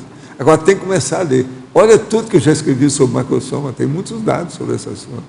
Agora, o melhor é ver, começa nos 700 experimentos. Certo? Gente, eu entrego. Daiane, aqui no final da parafatologia, você comenta sobre a escola de parapsiquismo. Não sei se você já comentou, mas já houve algumas turmas. Você pode dar uma panorâmica do crescendo, da evolução desse curso? O que você reparou nos alunos? Qual a resposta que eles tiveram com a utilização desse índice? Nós tivemos até agora 2 turmas na Escola de Parapsiquismo. A primeira começou em 2011, a segunda em 2012, e agora a próxima turma, que seria a terceira, vai iniciar em julho desse ano, né, em 2013. Aí o que a gente tem visto, assim, no caso aqui, considerando mais o índice de prioridade parapsíquica, de modo geral, para a pessoa conseguir fazer uma avaliação através do índice de prioridade, ela precisa ser mais criteriosa em relação aos registros. Então, ela registrar quando ela vai ao laboratório, ela registrar quando vai à dinâmica, registrar quando vai ao curso, registrar quantos EVs ela faz, quantas tertúlias ela assiste, enfim, uma série de variáveis. E aí o que a gente vê assim, de dificuldade nas pessoas é uma dificuldade mesmo de ser criteriosa com o registro. Então, a pessoa às vezes fala, não, eu faço os 20 EVs, mas eu não registro. Daí a gente olha, então não vale. Só vale se registrou. Porque, assim, eu acho que faço, não tenho certeza. Né? Então, assim, vale o que está registrado. Então, é isso que a gente procura incentivar, isso que a gente vê de dificuldade mesmo da pessoa. E outra coisa, para, por exemplo, trabalhar com índice, a pessoa precisa mexer com o computador. Nem todo mundo gosta. Né? Então, ela precisa, às vezes, eu vou fazer tudo no papel. Então, ela faz tudo no papel, mas depois ela não passa para o computador para conseguir fazer aquela análise geral e ter, então, uma panorâmica da sua realidade, no sentido de qual esforço ela faz para desenvolver o parapsiquismo. Então, essa é uma dificuldade assim, muito comum entre os alunos. Agora, o que é bastante legal é, por exemplo, chegou um aluno agora, foi até o Luiz, vou falar o nome dele, é da turma de 2012, ele não pôde vir no último módulo, mas ele chegou para a gente e falou assim, quero dizer que o meu índice de prioridade parapsíquica atingiu o nível ótimo. E aí ele contando o que ele fez, né? Ele assistiu várias tertúlias, que é tudo que a gente contabiliza. E aí depois ele fez a prova geral de conscienciologia. Então, assim, uma coisa puxa a outra. Ele falou, eu estou muito satisfeito. Aí eu falei para ele, então você continua fazendo estudo mais um ano, no outro ano você volta e apresenta, então, 2 anos de resultado. Então, ficou assim, né? Então, o índice ele acaba puxando a pessoa. Né? E com relação, você coloca aqui na página 15, na efeitologia, no final, os efeitos da priorização do parapsiquismo entre duplistas. Você tem alguma experiência com relação à utilização do índice entre duplistas ou processo parapsíquico de modo geral? O que eu tenho mais de experiência é mais assim de trabalho de energias assim que eu e o João Paulo fazemos, né? A gente na verdade priorizou mais no início do relacionamento e hoje o que a gente faz é uma dinâmica juntos, né? Então a gente procura trabalhar com o parapsiquismo também juntos nesse sentido. Agora o índice em si, o João Paulo ele tem uma metodologia própria ali de, por exemplo, anotar ali os seus EVs. E eu tenho a minha. Então, a gente não chegou assim a cruzar nenhum dado nesse sentido. Mas a gente procura participar de atividades em que os dois possam trabalhar com isso. Então, assim, essa é uma prioridade dos dois, né? Não é nem de um nem de outro, é dos dois. Então, a gente procura se ajudar nesse sentido. Né? Aproveitando que você falou da metodologia de registro dos eventos, você pode comentar um pouquinho como é que você faz com o registro do EV, de sinalética, enfim, do parapsiquismo em geral?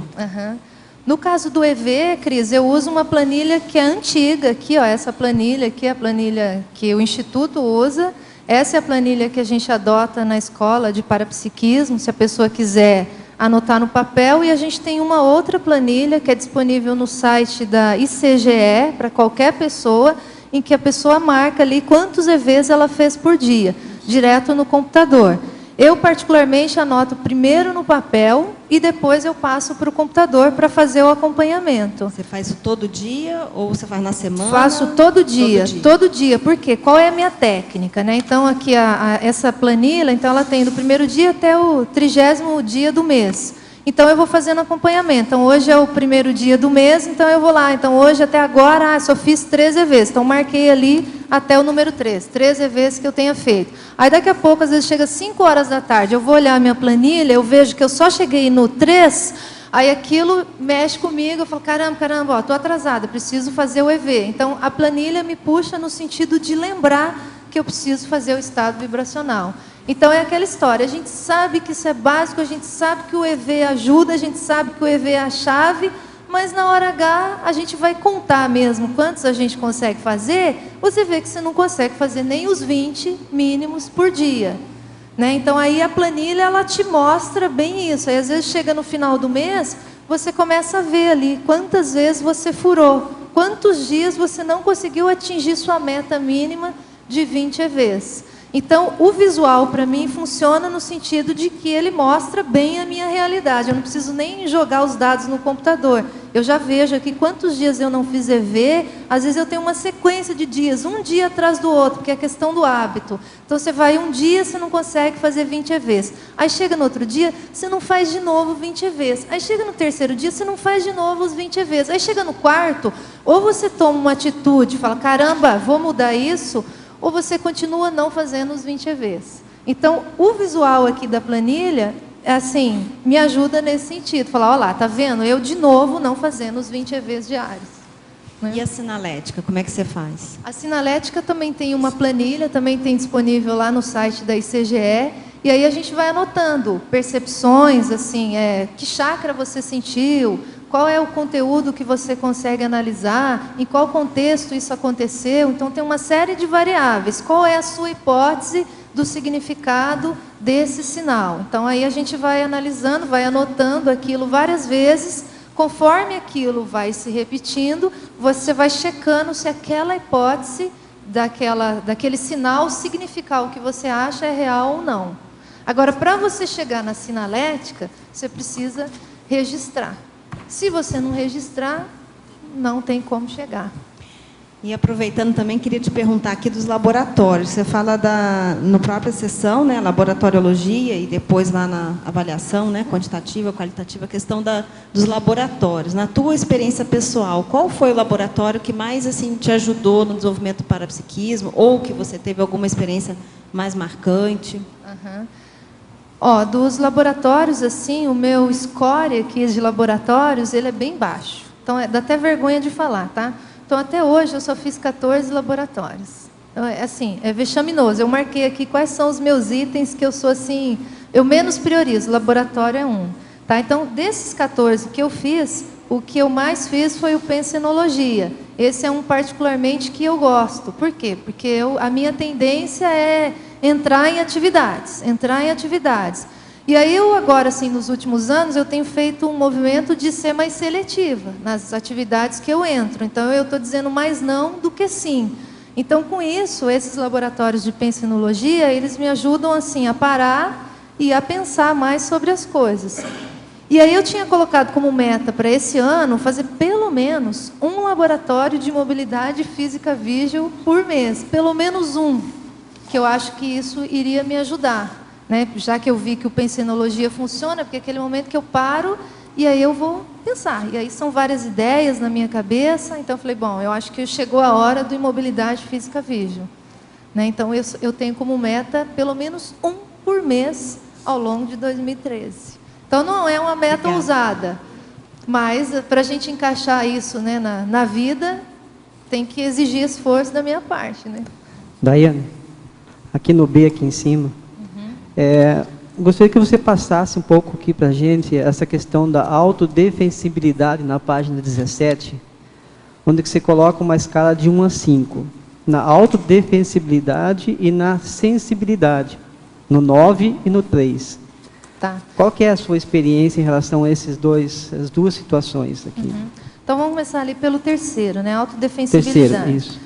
Como se classifica você quanto aos efeitos das assimilações energéticas, escagens e desassimilações de energias durante as atividades cotidianas da vida humana? Né? Então aqui esse item ele tem relação com o item anterior ali até na quantidade, que é a pessoa avaliar quanto que ela lembra do parapsiquismo na sua atividade cotidiana. Então, começa primeiro ali pela quantificação. Eu lembro 10%, eu lembro 50% do meu dia, eu lembro de parapsiquismo, da multidimensionalidade, de fazer EV. Então, partindo de lá para cá, aí a pessoa ela vai começar a analisar, então, os efeitos. Se ela já lembra, então ela já consegue ter algum registro, ela já é capaz de analisar, então, esses efeitos, né? Então, a pessoa ela já consegue, por exemplo, saber que existe algum tipo de assimilação energética? já percebe isso? Então, isso já é alguma coisa. Ou a pessoa está assimilada energeticamente, às vezes aquilo é negativo e nem percebeu, não se dá conta. Então, isso já é um efeito, né? Então, a partir do momento que você percebeu isso, você já consegue aplicar uma técnica, vamos falar do EV, para você promover alguma desassimilação. Então, você já consegue perceber que a sua mobilização das energias promove desassimilações. Isso tudo é efeito, né? E a partir disso, aqui tem o item escagem. Você percebe que você estava de um jeito, estava bem, de repente parece que alguma coisa mudou e pelo menos na sua cabeça já se aventa a hipótese. Opa, será que eu isquei alguma coisa diferente? Então, se a gente não chegou nem nesse nível, quer dizer que a gente ainda está muito de jejum ainda. Entendeu? Essa para-percepção com as consciências extrafísicas, onde que eles mexem com o seu holochakra. Então, eles mexem em alguns chakras seu durante o dia, né? Essa percepção aqui, em que nota você daria? Que nota não? Como que entraria essa escala aqui de 1 a 5? Você fala em algum item aqui específico ou em relação a essa? Não, mas essa questão mesmo do que está acontecendo no extrafísico, o que estão te pontuando para você naquele momento ali no teu dia, que você tem que tomar alguma decisão, tem que fazer alguma ação parapsíquica, né? Você quer saber que nota que eu dou? Como eu avalio? Qual que é a escala assim, que você qual que é a escala? imagina? Eu acho que você pode trabalhar nessa escala aqui de 1 a 5 também. Sim. Né? Então, assim, o que eu penso numa escala de 1 a 5? Tá? Eu vou te falar assim, para pensar. Lógico que isso tem que amadurecer. Tá? Então, por exemplo, numa escala de 1 a 5, por exemplo, no nível 1, seria uma condição ali mais bloqueada. Então, a pessoa não percebeu nada. O amparador chegou, mexeu no chakra, fez um monte de coisa e nada, né? Ai. Aí tem o nível 2, né? Que já são as parapercepções mais intuitivas. Então, aí a pessoa fala, opa, parece que mexeram aqui no meu corona chakra. Sim. Opa, acho que mexeram no meu corona chakra. Não, mas será que mexeram? Não, acho que mexeram. Então, assim, já começa a ter um esboço, assim, de uma possibilidade de percepção. Já está um pouquinho melhor. Okay. Nota 2.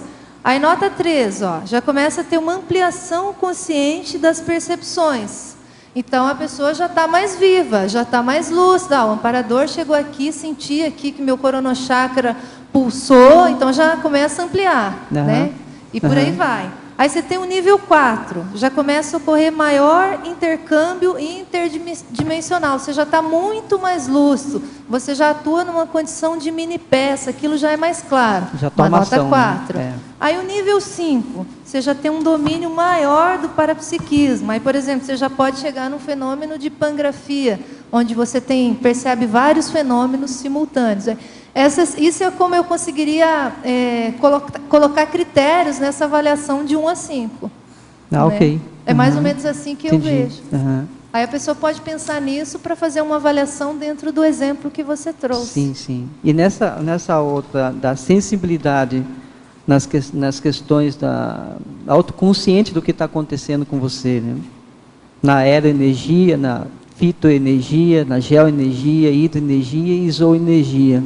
Quer dizer, isso aqui entra bem mesmo no nosso dia a dia, assim, né? O que você está percebendo que a natureza está trazendo para você ali naquele momento, né? Exatamente. E também entra nessa escala. Também, você pode fazer uma escala de 1 a 5 e pegar cada item. Como é que eu sou de 1 a 5? Aeroenergia, fitoenergia, geoenergia, hidroenergia, zooenergia. Por isso que você fazer uma avaliação da qualidade é muito mais complexo do que só você avaliar a quantidade. Sim. Entendeu? Então, aí você tem que ser mais criterioso. Às vezes você vai falar assim, caramba, eu não sei como é que eu sou em matéria aqui de hidroenergia, eu não sei que nota eu tiro. Entendeu? Eu não sei nem que nota eu tiro, então eu vou ter que pesquisar mais, vou ter que prestar mais atenção, vou precisar fazer mais experiência para saber que nota eu tiraria. Entendeu? Aí você avaliar a qualidade. Ok. Então, é um pouco mais complexo. Tá bom. Professor, obrigado. Se uma pessoa fica com frequência doente, mas sempre se recupera rapidamente, isso significaria que ela teria a possibilidade de ter macrosoma? Ou aquela que o possui nunca fica doente nada? Não. O problema é quando a pessoa não fica doente com frequência, não. Se ela fica, tem alguma coisa errada. Agora, se ela fica doente de vez em quando, mas ela recupera com facilidade, é preciso ver o processo de autodefesa do organismo, imunidade, imunologia dela, etc. Agora, isso, só por isso, não quer dizer que seja macrosoma, tem que examinar mais. Agora, uma pessoa, por exemplo, que ela passa dezenas de anos sem ter nada e sempre com muita disposição, realizando muita coisa, aí é preciso examinar, porque às vezes tem mais indicações que pode ser um macrosoma. Professor, tenho carne esponjosa desde que nasci e meu otorrinolaringologista disse que tenho que fazer cirurgia. Contudo, resolvi não marcar porque iria perder dias de aula. Em uma de suas tertúlias, o senhor profere que esse problema atrapalha nos estudos e realmente vem atrapalhando muito. Sim, você fica burro, isso emburrece você. Seria possível resolver o problema trabalhando com energia? Não, tem que fazer cirurgia mesmo, tem que cortar. Porque eu desenvolvi essa doença. Pergunta aí para você, para sua mãe, para a gestação, a genética, etc. Sei que essa doença vem de vidas passadas, isso eu não sei, o problema é seu. Agora, o problema é o seguinte, a gente tem que tirar isso, porque isso diminui o processo da oxigenação do cérebro. Então, a pessoa fica com menor acuidade. Realmente, a inteligência cai. Urubu serve, você está com problema de estudo, mostra que está aí. Tem vários nomes para essa carne esponjosa, não é isso?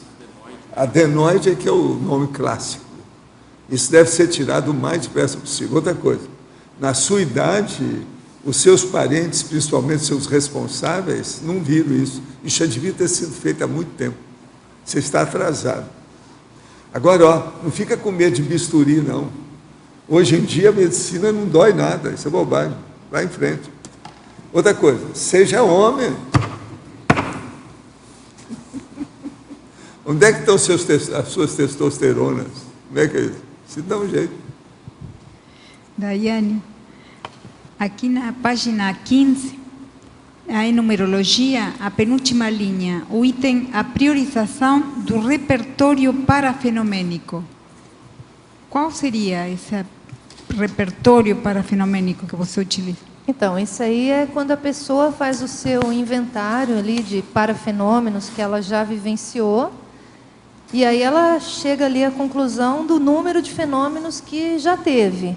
Então, com isso, a pessoa ela vai pensar, bom, então, se eu já tive esses fenômenos, e aí vai avaliar ali a quantidade, já tive uma vez esses 10 fenômenos aí listados. Aí a pessoa vai pensar, bom, mas isso é suficiente ou eu vou fazer alguma coisa a mais para priorizar esse repertório fenomênico no sentido de aumentar a listagem, no sentido de aumentar a quantidade de vezes que esse fenômeno se repete e no sentido de dar uma aplicação mais assistencial para aqueles fenômenos que a pessoa, às vezes, já possui. Então, essa é a ideia, assim, dentro desse item, né, da priorização desse repertório parafenomênico. Tá? Daiane, eu queria passar aqui uma experiência que eu tenho com a planilha de EVs, que eu coloquei, tem um programinha de computador que chama notas autoadesivas. Sabe aqueles papelzinhos que a gente pregava na tela do computador? Então tem esse programinha agora no computador, então eu copiei a planilha numa nota adesiva dessa, né, e coloquei. Então quando eu ligo o computador, a primeira coisa que aparece é aquela nota adesiva ali, né, dizendo para você, acorda aí. Então a gente liga várias vezes o computador, às vezes no dia, né? Então ele mostra para você como é que está a sua situação ali, que é o que eu uso, né, para fazer essa técnica. É isso mesmo, é aquela história, né? É o know-how ali específico de cada um para conseguir priorizar ali aquelas ações voltadas ao desenvolvimento do parapsiquismo. Então, eu lembro também que uma vez eu usava, cheguei a usar, agora eu parei, na tela de descanso do computador aparecia estado vibracional. Aí uma vez eu estava numa reunião lá do Conselho das ICs, né? Então, assim, aí até estava eu lá apresentando junto com mais alguém, e aí, assim, discute para cá, discute para lá, tal, não sei o quê. Aí, dali a pouco, era o meu computador que estava projetando a imagem. Aí apareceu lá, estado vibracional. Aí foi até cômico, assim, todo mundo riu, tal. Então, tipo, 1 minuto de silêncio, vamos fazer aí o estado vibracional. Então, são técnicas para a gente poder lembrar. Né? Porque parece que a gente sempre está esquecendo, né? Você sempre esquece alguma coisa aí, que aquilo tem que estar meio que na mão, assim, na passagem, para você não perder. Né? Esse é o problema. Até a gente conseguir fazer com que, vamos falar do estado vibracional, que é a nossa chave, né? Até a gente conseguir fazer com que isso, assim, esteja na nossa rotina e que a gente já consiga fazer mais de 20 EVs e aquilo, assim, aquilo flui. Então, até que isso aconteça, a gente vai precisar exercitar ali a nossa vontade, a nossa disciplina e usar todos os recursos disponíveis para conseguir fazer aquilo diariamente. Vai chegar um momento que a gente vai dispensar isso tudo. Mas até chegar lá, eu acho que a gente tem que usar tudo que pode, né? Para conseguir. A meta é conseguir chegar nos 20 EVs. Não, hoje eu vou chegar nos 20 EVs. Vai ser hoje. Hoje eu vou chegar nos 20 EVs. Então, se a gente começa a fazer isso sempre, acho que vai chegar um momento, eu quero, né? Terminar um ano e falar, não, esse ano, todos os dias eu consegui fazer 20 EVs. Né? Não tive isso ainda, né?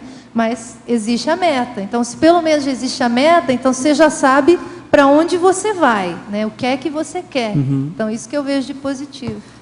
Pegando, sim, o seu exemplarismo, né? Como que você faz, assim, eu esqueci, cheguei no final do dia, esqueci de fazer os EVs. Como que você faz? Você faz uma sequência de EVs o tempo todo? Por exemplo, vou fazer 10 EVs agora. Sento ali, vou fazer 10 EVs. Qual que é o intervalo entre um e o outro? Como que você procede esse intervalo? Depende do dia. Então, vamos colocar um exemplo assim. Então, às vezes, eu chegou lá, às vezes, 11 horas da noite, eu cheguei lá da faculdade e vi que eu tinha só 10 EVs. Aí eu olhei minha planilha e, poxa, só 10 EVs. Bom, então tá. Então, agora eu vou tirar aqui 20 minutos ou meia hora desse meu período aqui, né, do final da noite, para eu fazer mais 10 EVs. E aí eu vou sentindo. Então, às vezes, eu começo a instalar ali um EV, e aí vou percebendo a instalação daquele EV, tal, deixo um tempo, às vezes aquilo dura 1, 2, 3 minutos, aí paro. Aí anoto ali, tal, respiro, tal, bom, então vamos fazer mais um. Aí faço mais um, tal, aí, e vou fazendo, até conseguir chegar ali em 10 EVs. Então, às vezes, aquilo vai levar ali meia hora. Às vezes, em 20 minutos, eu consegui fazer 10 EVs. Então, depende muito do dia, né? Então, às vezes, tem dia que nem eu dou conta das minhas desassimilações. Então, aí eu começo a fazer os EVs e aí eu não consigo tirar aquelas coisas da cabeça, aquelas preocupações. Então, você vê que há uma falha. Aí eu não consigo, eu só tenho 10 EVs, eu tenho meia hora, é mais do que tempo suficiente para eu fazer 10 EVs. Mas aí às vezes fica, não, mas e aquela prova que eu não entreguei, não, mas aquela aula que eu vou dar, e aí fica aquilo na sua cabeça. Então às vezes você tem que parar, não, peraí, deixa eu ver, deixa eu comer alguma coisa. Aí você vai esquecendo aquilo para você ter calma ali para mobilizar as suas energias. Então veja, tudo isso é falta de domínio. Né? Falta de domínio, né? Exato. Mas então, a gente faz força. Sim. Quer dizer, é uma retomada mesmo, né? Você faz EV, retoma outra vez, outro EV, vai retomando na sequência. Por isso que eu fiz questão de deixar essa citaciologia aqui, que no final fala de que esforço és capaz. Né? Então, até na época foi sugerido, mas isso aí não tem nada a ver. Não, gente, tem sim. Deixa aí, de que esforço és capaz? Que é bem isso, né? Então, se eu não consigo nem fazer os 20 EVs diários, caramba, a coisa tá preta, né? Então, assim, de que esforço és capaz? Então, isso bate bastante na minha cabeça. Eu sei que eu falho, eu sei que eu furo. Mas, né, tem aquilo que vai te puxando. Né? Ok. Tá, obrigado. Um dia acho que eu vou chegar aqui nessa tertúlia e falar, não, olha, porque eu consigo fazer 20 EVs por dia, e eu já tenho tantos anos, né? Então um dia acho que vai chegar nisso. Né? Mas por agora eu não tenho essa cara de pau, né? Eu tenho que apresentar minhas falhas, né? Tá Daiane, com relação à qualificação do EV mesmo, você tem experiência assim, de você colocar um tema para pesquisa e aquilo ajudar você a desbloquear o EV? Porque estado vibracional? Sim. Às vezes eu não estou conseguindo ali. Então, por exemplo, eu vou ler alguma coisa ou eu preciso pensar porque eu quero ter uma ideia sobre alguma coisa que eu estou escrevendo. Então, aquilo faz com que eu saia daquele foco, que muitas vezes é uma preocupação às vezes banal, de coisas do dia a dia. E aí eu volto para aquela condição ali de pesquisa, daquilo que eu estou querendo ter uma ideia, e lá pelas tantas, às vezes passou ali 1 hora, depende do dia. Aí eu lembro, acho que eu vou fazer um estado vibracional para ajudar. Aí eu até esqueci que tinha um empecilho antes que estava me atrapalhando. Aí eu consigo ali fazer o estado vibracional e aquilo ajuda. Então aí o estado vibracional funciona, entendeu? Então assim, a pensenidade ela tem uma força grande no sentido de bloquear ali a sua própria movimentação das energias. Ou então, não, né? Ou facilitar. Ou né? facilitar ou bloquear. Porque eu fiz uma vez só a técnica de autorreflexão de 5 horas. E que assim, ó, eu coloquei como meta a transafetividade, entender um pouco mais isso. E assim, eu achei incrível. E eu queria saber, por isso que eu te perguntei, se era pela quantidade de horas que eu fiquei pensando, ou se tem essa interconexão mesmo do assunto com... Porque assim, ó, o que na verdade, nas 4 primeiras horas eu ganhei assim de autorreflexão, foi a desobstrução de um dos chakras meus, que eu nem sabia que era tão bloqueado assim, eu não achava que era. E aí assim, e tem tudo a ver com a transafetividade, entendeu? Ou seja, para chegar na transafetividade, eu jamais poderia continuar com aquele chakra bloqueado. E aí eu consigo perceber que meu EV teve assim deu um salto. Um delta de qualificação, entendeu? E aí mas eu fiquei na dúvida se era a quantidade de horas que você ficou ali. E não era eu que fazia o EV necessariamente. Eu não fui para ali para fazer o EV. Eu fui ali para pensar sobre... Mas era assim, era indissociável uma coisa da outra. Acho que é o conjunto, né, Rosa? É a priorização daquilo, é uma técnica avançada, você está pensando sobre um tema avançado. Então, ali, possivelmente, você tem os amparadores que vão querer que você melhore. Então, acho que é um conjunto de situações ali, de variáveis que... Bom, então, vamos desbloquear o chakra dela para ela poder melhorar o estado vibracional, que o estado vibracional é a chave, vai desenrolar um monte de outras coisas. Então, tem que estudar, deve ser né, uma paratecnologia. Né, Agora, eu acho que o que vale a pena a gente falar aqui, nós estamos falando bastante de EV, é que tem um verbete que fala do impedimento ao estado vibracional. Então, esse verbete ele tem uma listagem de 30 itens que vão falar desses impedimentos. Então, dá para a gente citar alguns, né? Então, por exemplo, bloqueio energético cronificado, isso vai atrapalhar a pessoa no estado vibracional, carência afetiva, carência intelectual, carência sexual, depressão psicológica, as desassimilações energéticas sempre mal resolvidas, né? Enfim, aí a gente vai lendo a desmotivação, a desorganização consciencial. Então, são 30 itens que a gente vai olhar assim, às vezes você vai ver, caramba, eu caio nisso. Inconstância, se eu não consigo fazer no mês, de 30 dias, 20 vezes por dia, então, ó, eu estou caindo aqui, ó. Inconstância, né? Ou seja, dispersividade nas práticas bioenergéticas, medo, vitimização, vontade débil. Esse é o que? O verbete? Isso, é o verbete... Impedimento do estado vibracional. Impedimento ao estado vibracional. Então, é bom sempre a gente voltar e reler, porque a gente acaba ainda, dentro do... Por exemplo, eu, né, dentro do meu nível evolutivo, caindo nesses itens aqui que vão atrapalhar, desenvolver mesmo o estado vibracional. Acho que é importante ressaltar.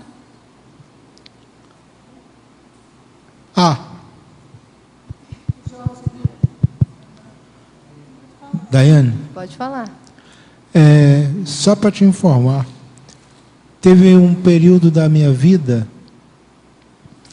que eu achava a princípio eu achei aquilo anormal, não era uma coisa normal. Eu fazia 80 EVs por dia. E eu achava que tinha que não podia ser assim. Até eu descobrir que tem gente que fica em estado vibracional, que tinha gente que ficava em estado vibracional o tempo todo. Eu soube disso quando eu comentei com alguém que eu fazia 80 vezes por dia. Aí comentaram sobre o nosso amigo, professor Valdo, que estava o tempo todo em estado vibracional. Ou seja, ele vivia isso, né? O tempo todo. Eu achei isso muito interessante. Você quer falar, professor Valdo? Sei, mas isso é a minha vida, já há algumas dezenas de anos. A segunda natureza. É isso. movimenta as energias positivamente, me equilibro, me sinto bem. Eu sou um cara mais ou menos otimista, porque eu sou mais ou menos feliz. Por quê? Eu faço estado vibracional com tranquilidade. Não tem problema. Isso é a defesa, é a segurança, é o equilíbrio. É a imperturbabilidade. Esse é o caminho. Primeiro passo de uma grande caminhada é muito importante. É o primeiro passo, é o primeiro pé, a pegada. Agora, para chegar lá na grande caminhada, é preciso de fazer muitos passos. Então tem que chegar num ponto que a pessoa domina isso. Eu só penso, na mesma hora eu mexo com as energias. É à vontade. Agora, eu ponho, quando eu estou para obter algum resultado, uma pessoa, um arco voltaico, eu ponho tudo que eu posso. Esse é o caminho.